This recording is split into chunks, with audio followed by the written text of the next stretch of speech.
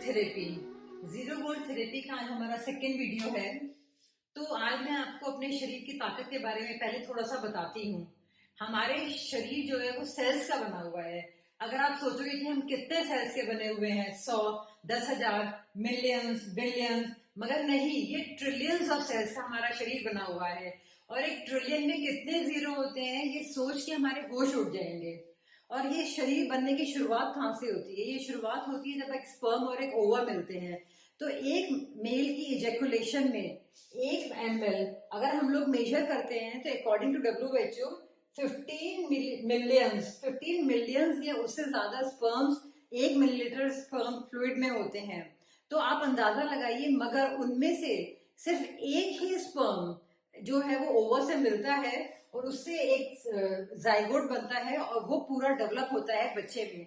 तो ये नॉलेज उस ओवा को या उस स्पर्म को किसने दिया कि इसको ऐसे ओवा तक पहुंचना है? और जैसे ही एक स्पर्म ओवा को हिट करता है, उसका डोर बंद हो जाता है और स्पर्म्स उसमें एंटर नहीं कर पाते हैं। तो ये नॉलेज इसको किसने दी?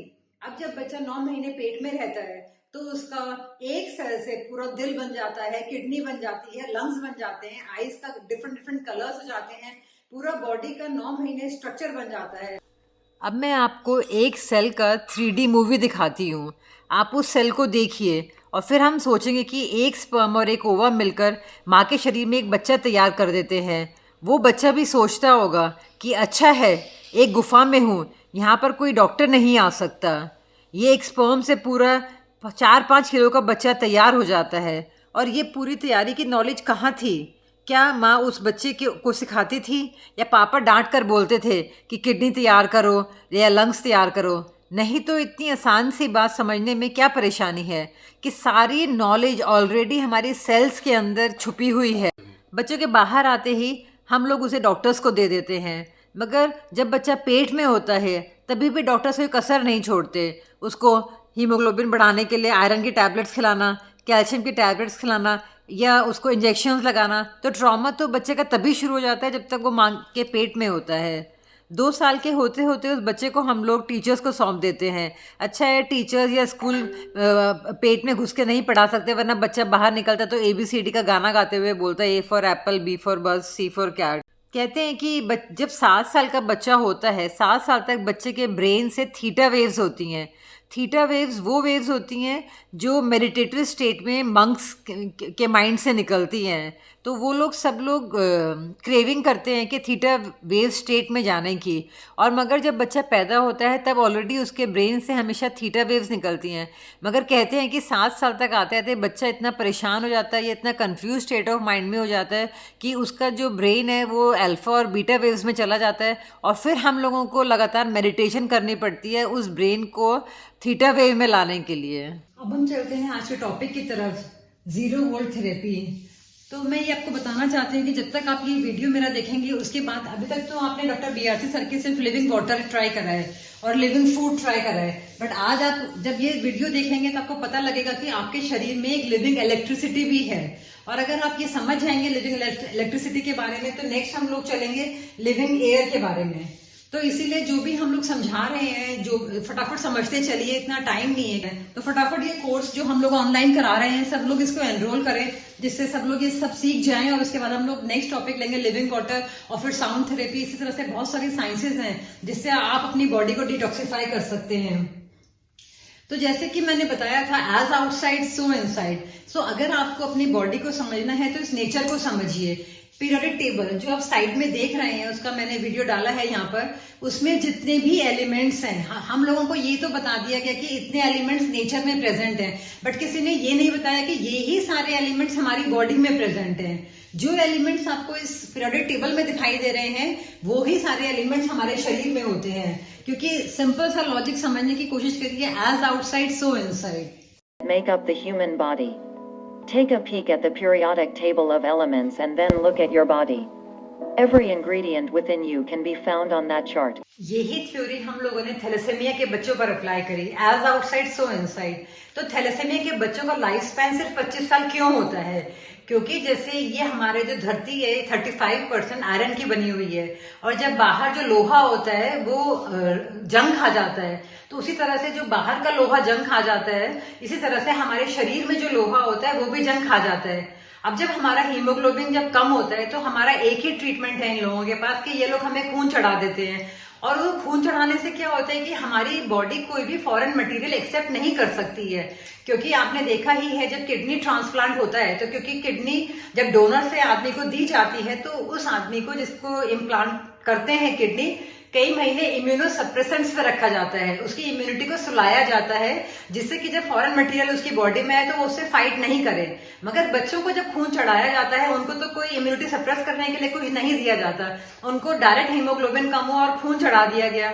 मगर क्योंकि वो फॉरेन मटेरियल है, हमारी बॉडी उसको एक्सेप्ट नहीं करती है। अब अगर कोई हमारी बॉडी में फॉरेन मटेरियल आता है तो हमारा जो लिवर है वो डिटॉक्सिफिकेशन फैक्ट्री है, तो वो अलार्म आता है वहां से, बॉडी लिवर बोलता है क्या चीज है पहले मुझे दिखाओ, तो लिवर बोलता है ये तो हमारे काम की नहीं है, तो वो बोलता है कि आप चिंता मत करो मैं इसको टेक केयर कर लूंगा।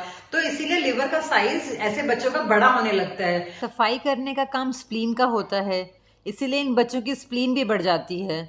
और कुछ तो बच्चे हमारे थैलेसीमिया ग्रुप में ऐसे हैं जिनके डॉक्टर्स ने स्प्लीन का ऑपरेशन कर दिया है और स्प्लीन को काट के छोटा कर दिया, और उन्होंने उनको एश्योरेंस दिया कि इस ऑपरेशन के बाद उनको ब्लड चढ़वाने की ज़रूरत नहीं पड़ेगी, और मगर फिर भी उनका ब्लड चढ़ता रहा। और एक लड़का है हर्ष, उसका मैं टेस्टिमोनियल आपको वीडियो के एंड में दिखाऊंगी। जब से वो हमारे अंडर में आया है उसको एक बार भी खून नहीं चढ़ा है, तबकि उसका स्प्लीन का ऑपरेशन हो चुका है। तो उसकी मॉम कैसा फील करती है और बच्चा कैसा लगता है वो मैं आपको इस वीडियो की एंड में दिखाऊंगी। और इतना एक्स्ट्रा आयरन हो जाता है इन बच्चों की बॉडी में कि बॉडी के टिश्यूज़ भी इनको हेल्प करते हैं, और वो उस आयरन को फेरेटिनिन के फॉर्म में टिश्यूज़ में स्टोर कर लेते हैं। एक्चुअली फेरेटिनिन का बढ़ना एक हमारा प्रोटेक्टिव मैकेनिज्म है, वो हमारी बॉडी के लिए हानिकारक नहीं है, बल्कि वो आयरन को फ्री फॉर्म से कन्वर्ट करके एक प्रोटेक्टिव फॉर्म में कन्वर्ट कर देता है। और मगर जब बहुत ज़्यादा ये फेरेटिनिन बढ़ जाता है हमारी बॉडी में, जब गुंजाइश ख़त्म हो जाती है बॉडी की कॉम्पेंसेशन की या स्टोर करने की, तो बॉडी कोलैप्स कर जाती है, और 25 तक आते आते ये बच्चे हमारे साथ नहीं रह पाते। उससे पहले एक मैं आदमी की वीडियो दिखाऊंगी कि जिसमें हमने जो पिछली बार 0 वोल्ट थेरेपी पे फर्स्ट लेक्चर दिया था, उस आदमी ने एक एक्सपेरिमेंट करा और उसने कैसा फील करा ये भी आप देखिए। 0 वोल्ट थेरेपी, डॉक्टर नमिता और डॉक्टर BRC सर से मैं बहुत इंस्पायर हुआ। वो अर्थ थेरेपी वाला वीडियो देखा तो मैंने कुछ बनाने की सोची। ये मोटर वाइंडिंग वाला तार सिंपल खरीद के लाया और इसको अक्रॉस द बेड लगा दिया। दिख रहा है? ये देखिए, अर्थ पॉइंट से जोड़ दिया, एक वायर से जोड़ा है, और यहां पर आप देख सकते हैं। एक्चुअली सेपरेट अर्थिंग करता तो ज्यादा अच्छा रहता, लेकिन उतना समय नहीं था मेरे पास, तो जब तक के लिए ये अच्छा है। इस बिस्तर पे सोने से इतनी अच्छी और गहरी नींद आती है जिसका हिसाब नहीं है। नींद की क्वालिटी 200% अच्छी हो जाती है। ये एक वीडियो है जिसमें दिखाया गया है कि एक या बहुत सारे विचार माइक्रोस्कोप में क्या एक्टिविटी देते हैं, हमारे ब्रेन सेल्स में किस तरह से दिखाई देते हैं। हमारे ब्रेन्स में 80 बिलियन न्यूरॉन्स हैं। न्यूरॉन्स ब्रेन के सेल्स को बोलते हैं, और ये न्यूरॉन्स कैसे और कितनी फास्ट काम करते हैं ये आपको पता ही है। जब भी कोई कील हमारे पैरों में लग जाती है तो कितना फटाफट मैसेज ट्रेवल करता है, और आप एकदम से अपना पैर उस कील पर से उठा लेते हैं। अब रोल आता है इलेक्ट्रिसिटी का। हर विचार, हर बॉडी मूवमेंट, हर हार्ट बीट, हर सपना, हर मेमोरी, ये सब पॉसिबल है सिर्फ इलेक्ट्रिसिटी की वजह से। तो आइए देखते हैं कैसे। समझते हैं ब्रेन के सेल्स को। एक न्यूरॉन को अगर सारे न्यूरॉन्स को निकालकर ज्वाइन करें और उसकी लेंथ को मेजर करें तो करीब 60 किलोमीटर्स बनता है ना माइंड ब्लोइंग आवर बॉडी। ये न्यूरॉन्स हर वक्त टाइनी पल्सेस ऑफ इलेक्ट्रिसिटी से कनेक्ट होते हैं एक दूसरे से। ये वो बिजली नहीं है जिससे बल्ब या लैम्प जलता है, बल्कि इस बिजली को बोलते हैं लिविंग इलेक्ट्रिसिटी। एलोपैथिक डॉक्टर्स बोलते हैं कि हमारी बॉडी एक मशीन है, मगर अगर गहराई से देखो तो कुछ और ही बातें सामने आती हैं। और ये साबित किया लुइगी गडवानी ने। उन्होंने सोचा हमारे शरीर के बाल क्यों खड़े हो जाते हैं, कभी कभी किसी को छूने से करंट क्यों लगता है, बचपन में आप सब लोगों को याद होगा जब हम कंघे को सिर पर रगड़ते थे तेल लगे हुए बालों में, और फिर उससे हम लोग छोटे छोटे कागज़ के टुकड़ों को देखते थे तो वो उसमें चिपकने लगते थे, मूवमेंट करने लगते थे। कुछ मछलियाँ आपने देखा होगा वो करंट छोड़ती हैं। ये बिजली लिविंग थिंग्स में कहाँ से आती है? एक दिन कलवानी ने एक फ्रॉग की लेग्स के साथ ये एक्सपेरिमेंट किया तो मरे हुए फ्रॉग की टांगें हिलने लगी। उस दिन it was a very big discovery. सबने बोला ये तो भगवान का चमत्कार है, मगर गलवानी ने बोला ये कोई चमत्कार नहीं, कोई मैजिक नहीं, बल्कि इसके पीछे पूरी साइंस है, इलेक्ट्रिसिटी है। उन्होंने बोला इसका मतलब हमारी बॉडी में इलेक्ट्रिकल फ्लूइड है। उसने उसको नाम दिया एनिमल इलेक्ट्रिसिटी। मगर फिर वही तमाशा, फिर वही कि आम जनता को ये सब बातें पता ना लग जाएं, शरीर को ठीक करने का इतना सिंपल तरीका उनको पता ना लग जाए। और इसकी जिम्मेदारी इस बार संभाली अलेक्जेंडर वोल्टाज ने, वही वोल्टाज जिनके नाम पर वोल्ट यूनिट रखा गया है। उन्होंने लोगों का ध्यान बटाकर और विवाद कराकर एक बैटरी का इजाद किया। और गलवानी बोलते थे कि हमारा शरीर भी एक बैटरी है, मगर वोल्टाज ने नई नई चीज़ें बनाकर जो बैटरी से चलती थी लोगों के हाथ में थमा दी और उन्हें ले गए एक मटेरियलिस्टिक वर्ल्ड में। अपने शरीर की ताकत की अंदाज़ा लोगों को लगने ही नहीं दिया। अब मैं आपको बताती हूँ कि किस तरह से हम एक बैटरी हैं। हमारे शरीर में कौन सी इलेक्ट्रिसिटी है जिससे हमारी नर्व्स चलती हैं। सबसे पहले इसके हार्डवेयर को समझते हैं जिसको न्यूरॉन बोलते हैं। अब cell body with nucleus inside. तो मैं आपको न्यूरॉन की फ़ोटो दिखा रही हूँ। इसमें इसको ऊपर वाले को बोलते हैं बॉडी सेल। इसके अंदर न्यूक्लियस होता है, उसमें डेंड्राइट्स होते हैं जिसके द्वारा न्यूरॉन्स के मैसेजेस कम्युनिकेट करते हैं। लंबा पार्ट जो एक्सॉन बोला जाता है जिसमें वायर्स होती हैं, और इसके चारों तरफ एक इंसुलेशन शीट होती है जिसको हम माइलिंग शीट बोलते हैं। यहाँ एक सेल दूसरे से जुड़ता है, जहाँ पर एक सेल दूसरे से जुड़ता है उसे सिनेप्सिस कहते हैं, और यहीं से सिग्नल पास होता है। वो सिग्नल पास करने के लिए एक एक्शन पोटेंशियल की ज़रूरत पड़ती है। इलेक्ट्रिसिटी बनेगी कैसे? सर्किट बनेगा तभी, जैसे टॉर्च में आपने देखा ही होगा, एग्जैक्टली वैसे ही सर्किट हमारे शरीर में भी बनता है। सेल के अंदर और सेल का बाहर का जो कनेक्शन होता है उसके लिए सोडियम पोटेशियम पंप होता है। मैंने आपको पहले भी बताया था कि हमारे ज़िंदगी में, हमारे शरीर के लिए 4 चीज़ें सबसे ज़्यादा ज़रूरी हैं, एयर, वाटर, और उसके बाद सोडियम, और चौथा नंबर पोटेशियम का। तो ये जो सोडियम पोटेशियम पंप है ये डोर क्लोज़र की तरह काम करता है। आप इस वीडियो को बहुत ध्यान से देखिएगा क्योंकि मेरे को भी बहुत बार देखने के बाद ही ये सब चीज़ें समझ में आई हैं, और मैं आसान तरीके से आप लोगों को समझाने की कोशिश कर रही हूँ। अगर नहीं समझ में आएंगी तो बार बार देखिएगा समझने के लिए। तो ये जो पंप है ये, इसमें कॉन्स्टेंटली पंपिंग चलती रहती है आयंस की, इन एंड आउट, और वो उसी पंपिंग के कारण वहाँ पर चार्ज क्रिएट होता है। इस पंप से क्या होता है कि सोडियम आयन जो है वो सेल के बाहर आना चाहते हैं, और जो पोटेशियम आयन है वो सेल के अंदर जाना चाहते हैं। न्यूरॉन जो है वो फुल ऑफ पोटेशियम होते हैं। जब हम अपने बाहर का चार्ज ऐड करते हैं न्यूरॉन के चारों तरफ, neuron at resting state, finally अंदर का चार्ज नेगेटिव और बाहर का पॉजिटिव होता है। जब हम अंदर बाहर का चार्ज ऐड करते हैं न्यूरॉन के चारों तरफ, न्यूरॉन रेस्टिंग स्टेट में जब होता है तो फाइनली अंदर का चार्ज नेगेटिव और बाहर का चार्ज पॉजिटिव होता है। साइंटिस्ट ने उसको मेजर किया तो वह पाया गया -70 मिलीवोल्ट। अब तक यह बात करी एक्शन पोटेंशियल की, और अब हम बात करते हैं केमिकल पोटेंशियल की। मतलब पीरियोडिक टेबल के वो कौन सा केमिकल या मिनरल्स हैं जो ये चार्ज बना रहे हैं। तो आप सोडियम पोटेशियम को हम लोग देखते हैं। सोडियम चाहता है वो बराबर कंसंट्रेशन में हो सेल के अंदर और सेल के बाहर, इसीलिए वो अंदर आना चाहता है। और वहीं पोटेशियम चाहता है कि उसकी कंसंट्रेशन सेम रहे अंदर और बाहर, इसीलिए वो बाहर आना चाहता है। मगर सेल मेम्ब्रेन उनको ये करने नहीं देती। कुछ छोटे छोटे दरवाजे होते हैं सेल मेम्ब्रेन में, जो उन दरवाज़ों से कुछ दरवाज़ों से सिर्फ पोटेशियम जा सकता है और कुछ से सिर्फ सोडियम। ये दरवाजे बंद होते हैं और तभी खुलते हैं जब उन्हें एक करेक्ट वोल्टेज मिलती है। अब एक्शन पोटेंशियल कैसे काम करता है? न्यूरॉन रिलीज करते हैं सोडियम, सिग्नल ट्रेवल करता है।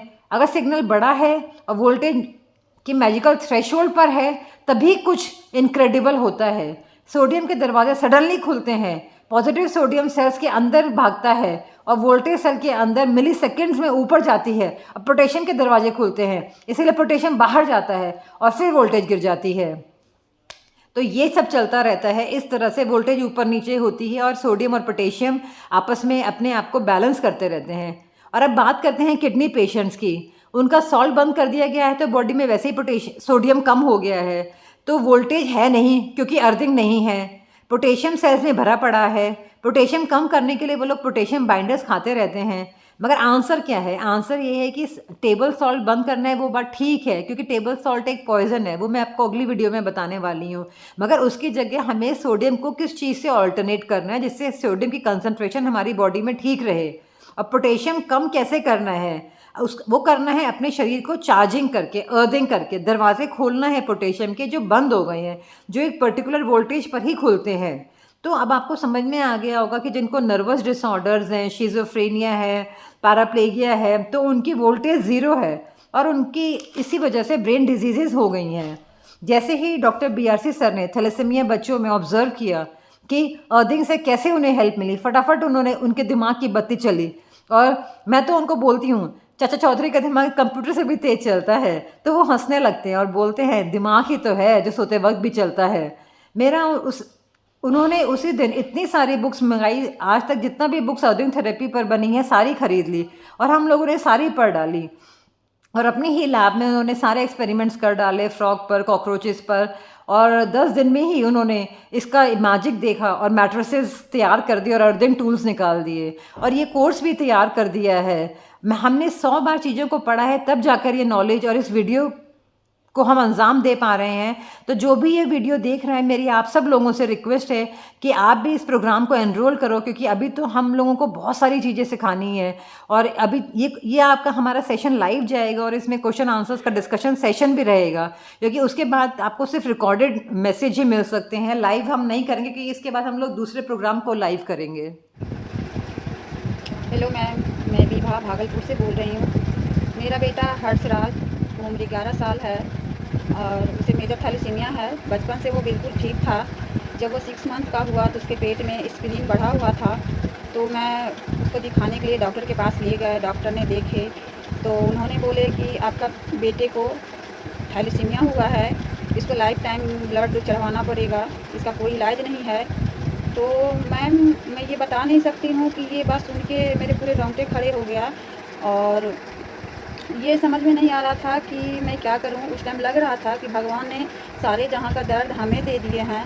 तो क्योंकि उस टाइम हमें ये पता नहीं था कि थैलेसीमिया क्या है। फिर मैं अपने बेटे को लेकर इधर उधर भटकने लगी, बहुत जगह गए अपने बेटे को लेकर दिखाने के लिए, लेकिन कहीं से हमको ये उम्मीद नहीं दिख रही थी कि मेरा बेटा ठीक होगा। उसके बाद धीरे धीरे थैलेसीमिया को जाने और हमें लगने लगा कि अब यही एक है कि अपने बेटे को ये ज़िंदा रखने के लिए हर एक मंथ ब्लड चढ़वाना पड़ेगा, और मैं वो सब करने लगी। इसी बीच ऐसा हुआ कि मेरे बेटे को हर एक सप्ताह में ब्लड चढ़वाना पड़ता था और उसका ऑपरेशन स्प्लीन का मैंने करवाया 16 अगस्त 2015 में। उसके बाद फिर भी उसको हर एक मंथ ब्लड देना पड़ता था। उसी दौरान मेरे हस्बैंड के एक फ्रेंड ने डॉक्टर RBC सर के बारे में बताए और मैंने सर के वीडियो जाके यूट्यूब पे देखे और वीडियो देखने के बाद हमें अंधेरे में एक रोशनी की किरण नज़र आए और वे थे विश्वरूप सर और नमिता मैम, जिनको मैं दिल से धन्यवाद कहना चाहती हूँ। और मैम के जितना भी थैंक्स करें बहुत कम है। और वहाँ से हमें एक उम्मीद सा जगा कि मेरा बेटा यहाँ से बिल्कुल ठीक हो सकता है। और मैम जो जो कह रही है वो सब मैं अपने बेटे को दे रही हूँ और देने के बाद अच्छा फील कर रही हूँ। अपने बेटे को देख के मैं बहुत खुश हूँ। पहले ब्लड चढ़ाने के बाद मेरा बेटा 10 से 15 दिन में सुस्त होने लगता था, शरीर पीला पड़ने लगता था, लेकिन जब से मैम का डाइट फॉलो कर रही हूँ तब से मेरा बेटा में ऐसा कुछ नहीं दिखता है। पहले से ज़्यादा खेलता कूदता है, उसके बाद भी उसके अंदर एनर्जेटिक दिखता है। और मैं मैम को दिल से धन्यवाद कहना चाहती हूँ। और जन्म तो हमने दिया अपने बेटे को, लेकिन जीवन तो मैम दे रही है, इसलिए मैम को दिल से धन्यवाद। और भगवान से मैं यही प्रार्थना करती हूँ कि जितना भी थैलेसीमिया बच्चा है वो जल्द से जल्द ठीक हो जाए, यही मेरी भगवान से प्रार्थना है। और मैम को मैं दिल से धन्यवाद देती हूँ और RBC सर को। और जो भी मैम कह रही है वो मैं अपने बेटे को कोशिश करती हूँ देने का। पहले मेरा बेटा 2-3 दिन अच्छा से नहीं खाया, उसके बाद मैम का वीडियो देखने के बाद मैंने अपने बेटे को प्यार से खिलाने लगी और उसके बाद मेरा बेटा खाने लगा। और क्या कहें, जब अपने बेटे का होंठ देखते हैं हम तो मेरे होठों पे मुस्कान आ जाती है, और ये सब नमिता मैम की वजह से हुआ है। इसीलिए मैम को दिल से थैंक्स और थैंक यू मैम।